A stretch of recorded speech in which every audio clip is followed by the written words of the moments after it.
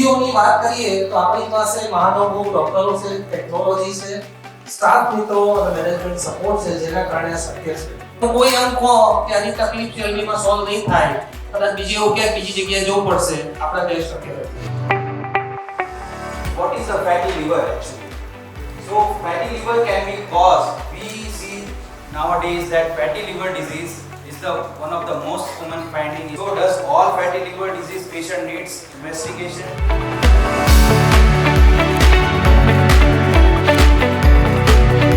Fatty liver, MSLD, NASH, NAFLD આટલું બધું સાંભળ્યું. I would just like a quick show of hands. આજે આપણે આટલા ભેગા થયા છે એમાંથી કેટલા જણા કોઈ ફિઝિકલ એક્ટિવિટી કે કોઈ એક્સરસાઇઝ કે વોકિંગ કે રનિંગ કરીને આવ્યા છે? Just a quick show of hands. Almost 50%, right?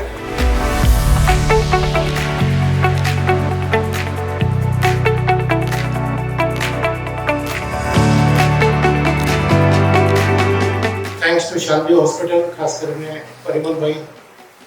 Thank you so much, Dr. Diwakar Jain. Thank you so much for inviting me.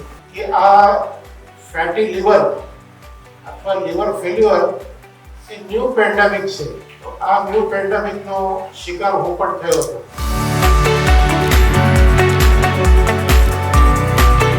It is not that easy કે આ pen ખિસ્સામાંથી કાઢીને કોઈકને આપી દીધી અથવા મોબાઈલ આપી દીધો.